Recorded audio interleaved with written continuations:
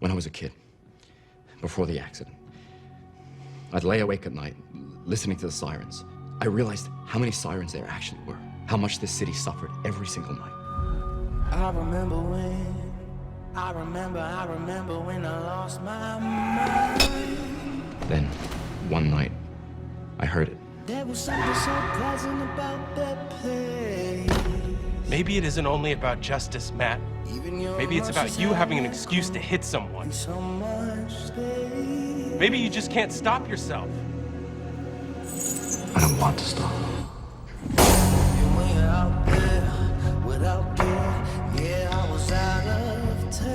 I believe people can change.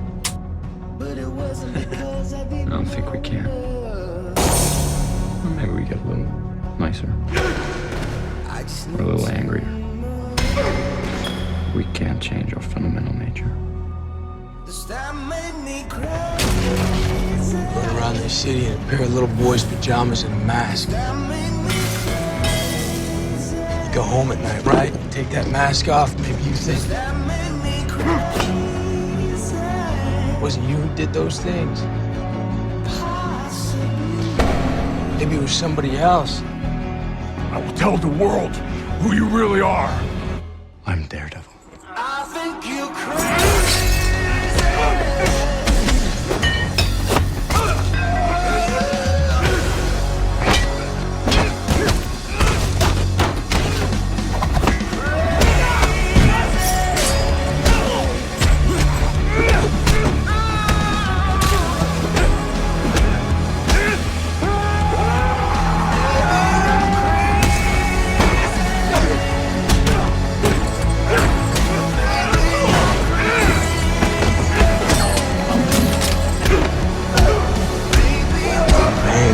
Take the shot, Red! Take the shot! You don't get to destroy who I am!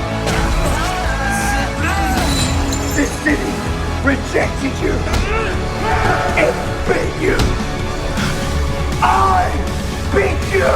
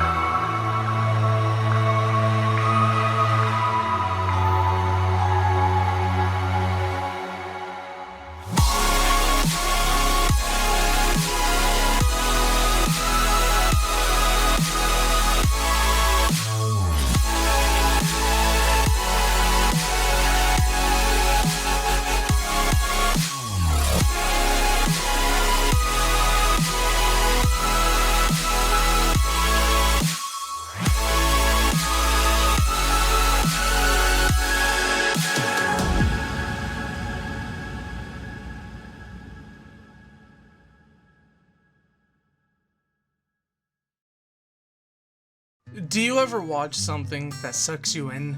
Something brimming with tension, charm, emotions, character arcs, and drama beautifully coalesced together that leaves you feeling dull after it has ended?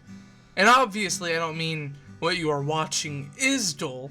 What you're watching elicits a heightened state of emotions by which makes everything after its completion feel mundane by comparison.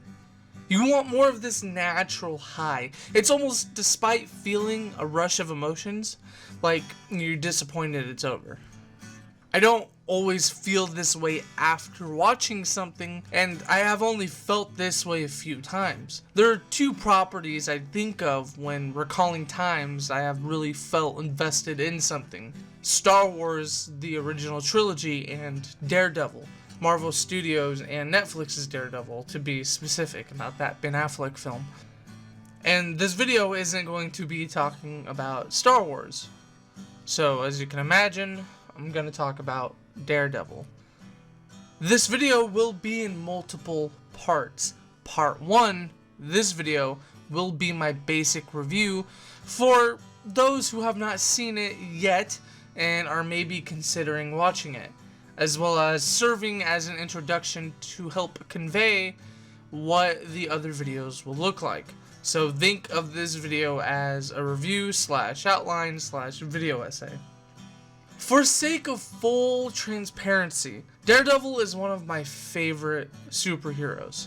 My top 6 favorite superheroes, as far as the male superheroes go, I would say are probably, definitely, Daredevil, Wolverine, Captain America, Batman, Superman, and the Punisher.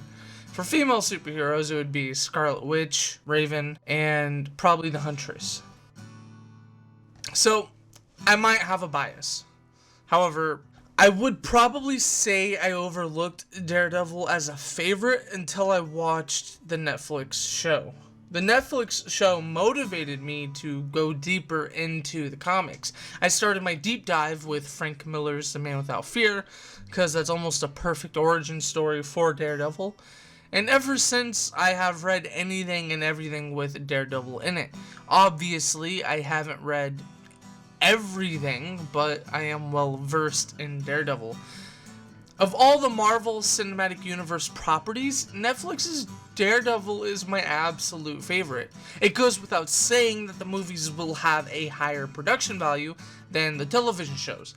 But from a storytelling perspective, and even a pacing perspective, I think Daredevil takes the cake. It takes the #1 position for the best Marvel Cinematic Universe property. I would even go as far to say that the Marvel Cinematic Universe movies could learn something from Daredevil. And that's something I will talk about in a later video in more detail when I'm not as concerned about spoilers as I am right now for this video. From a technical perspective, Daredevil is absolutely beautiful. The Netflix show has a way of being dark without feeling overly gritty. In fact, I would even say it isn't gritty. The colors are clear, it feels like a real world, nighttime feels like nighttime, daytime feels like daytime, and just as a side note, I wouldn't even describe Christopher Nolan's The Dark Knight trilogy as gritty, and a lot of people blame Christopher Nolan for the grittiness of the current DCEU, and I think that's wrong. But I digress. While the show has a moody and serious tone, you still feel a sense of joy out of it. Feeling joy out of a moody and dark show is a testament to the characters and your connection to them, as well as the pacing and direction of the story. I think we've all watched movies or shows with a dark tone that leaves you feeling glum or maybe even mundane.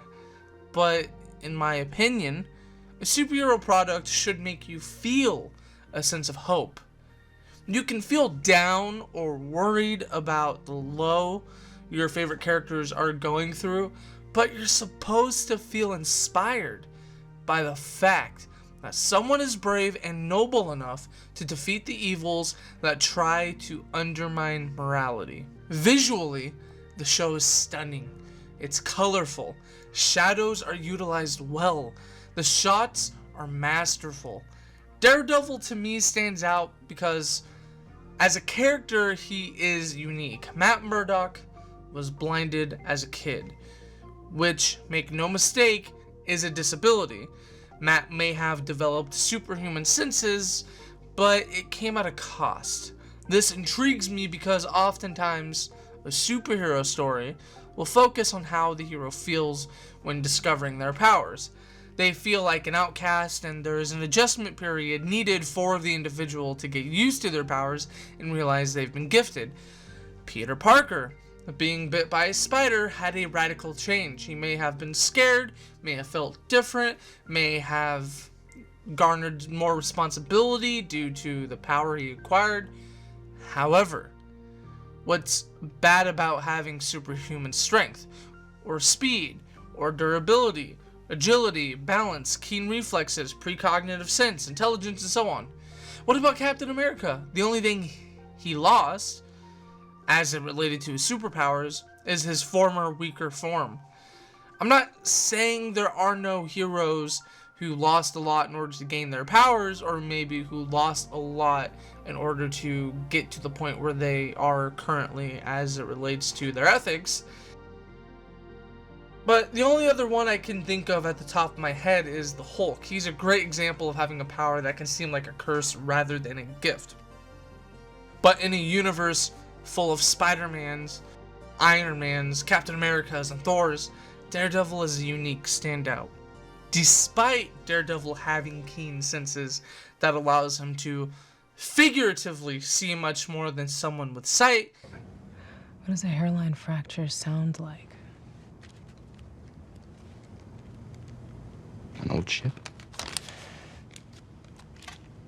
How do you... I mean, I know that you're blind, but you see so much. How? I guess you have to think of it as more than just 5 senses. I can't see, not like everyone else, but I can feel. Things like balance, direction. Micro changes in air density, vibrations, blankets of temperature variations. Mix all that with what I hear, subtle smells.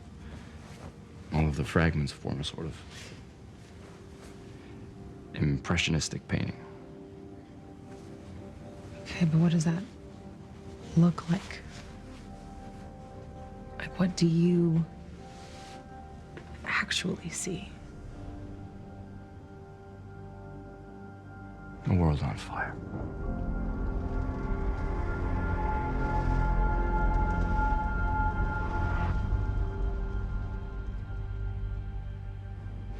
He is unable to experience a visual perception. Your sense organs are crucial to your ability to take in information. To me, there is no question that if Matt Murdock were able to somehow retain his sight and hone his senses, he would be far more effective than he already is. I digress. Matt Murdock will never be able to look at a beautiful painting, enjoy a cinematic masterpiece, see how his girlfriend looks in a dress, drive a car, look at a photograph, enjoy a sunset, and so on. Daredevil certainly has a gift with his abilities, however, his gifts came at a cost. A superhero story has to convince you that putting on a costume to fight bad guys isn't silly or cringy. Not only is Matt Murdock concealing his identity, he covers his eyes because he doesn't need them. His suit and superhero identity develops naturally. It makes sense because of his religion, his roots in Hell's Kitchen, emphasis on the Hells, the reputation he garners from his late night activities, the metaphorical devil in not only Matt but his father before him.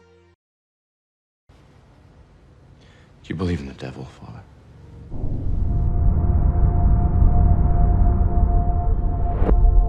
Do you believe he exists in this world among us?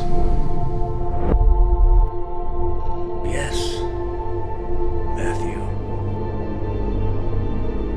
I believe he walks among us. You know what I do? Who I am? People still remember battling Jack Murdock around these parts. And what happened to his son. Accident. When I was a kid, I used to think it was God's will. Used to. Yeah, he made each and every one of us with a purpose, didn't he? A reason for being. I believe so, yes. Then why did he put the devil in me? Why do I feel it in my heart and my soul? Clawing to be let out. If that's not all part of God's plan. Maybe that was God's plan all along. Why he created him. Allowed him to fall from grace. To become a symbol to be feared. Warning to us all. To tread the path of the righteous. This city, it's everything. It's right there. All you gotta do is put your mind to it and make it happen. Daredevil has deeply religious themes, but if you have strong opinions about religion like I do, don't let that turn you away. Daredevil isn't written to convince you that you should believe in God, nor is it telling you that you shouldn't believe in God. Matt Murdock is a devoted Catholic. That is his character. And I'll talk more about that in later videos, because it's important for the things that I want to talk about. Matt Murdock's morality is shaped by his religion, but what I love about Matt Murdock as a character, specifically in the Netflix show, is that he is a rational being. And this isn't something that isn't seen in the comics. He is a rational person in the comics, but I'm talking about the Netflix show. When characters are in a tough spot, specifically the religious characters, it's not God would do this, so that's what you should do, or God is going to give you the way out, necessarily. The religious characters actually accept reality as it is and try to use reason to find solutions. Maybe they ask God for clarity, but they're never begging for God to show up as a central character that will all of a sudden shape events as an actual being. The characters in this show have great chemistry. It feels like they are genuinely friends. Even if a character makes a mistake or does something you disagree with, you don't feel annoyed by them because you understand why they chose to make a certain decision. To me, that is a testament to good writing and solid character development. There's a ton of shows where I vehemently despise certain character arcs or decisions or even characters because it's so damn annoying. But with this show, I feel different. Even when two important characters come into conflict, and I strongly agree with one and disagree with the other, I often empathize 100% with the character who is espousing ideas I don't agree with. And once more, that is a testament to good writing. The action in this show is awesome. It's like watching a realistic kung fu movie. The martial arts in the show are believable. Daredevil is a ninja, so he utilizes the element of surprise combined with his skilled martial arts ability. If you're a fan of Christopher Nolan's The Dark Knight trilogy, which includes Batman Begins, The Dark Knight, and The Dark Knight Rises, you'll definitely like Netflix's Daredevil. However, take the ninja-like characteristics of Batman and amplify them tenfold. This show is, I would say it's a genre bender. It's one part crime noir, it's one part kung fu martial arts movie, it's one part legal drama, it's one part gangster movie or mob movie, it's one part conspiracy, and one part your standard superhero movie, which is why I absolutely love it. You get a little bit of everything. Before I end this first video, I want to make it clear. I'm not here to tell you that Daredevil is a perfect show, or even imperfect. If I really wanted to, I could find every awkward edit, every awkward cut, technical mistake, or nitpick every particular. But on Movie Libertas, which is what this show is, that's not what I'm here to do. That's not to say I will never criticize something on Movie Libertas, but for the most part, if I think something is good, it will be on Movie Libertas. I'm not going to waste my time with something I dislike, for the most part. And if something is on Movie Libertas, I will talk about why it is good. In the upcoming videos, I am going to talk about the themes and philosophical sentiments embroidered in the show. Daredevil has everything I desire in a good show or a story. Solid character development, a plot where the stakes feel real or believable, villains that are interesting, specifically in this show, a villain with strong motivation. Solid pacing that doesn't inundate you with meaningless action. You feel like the action is warranted and you feel satisfied every time you do see action. It has beautiful cinematography and a great color palette. It feels real. You feel a plethora of emotions. That is why I love Daredevil. And that is why I'm going to spend the next few videos analyzing Daredevil to the best of my abilities.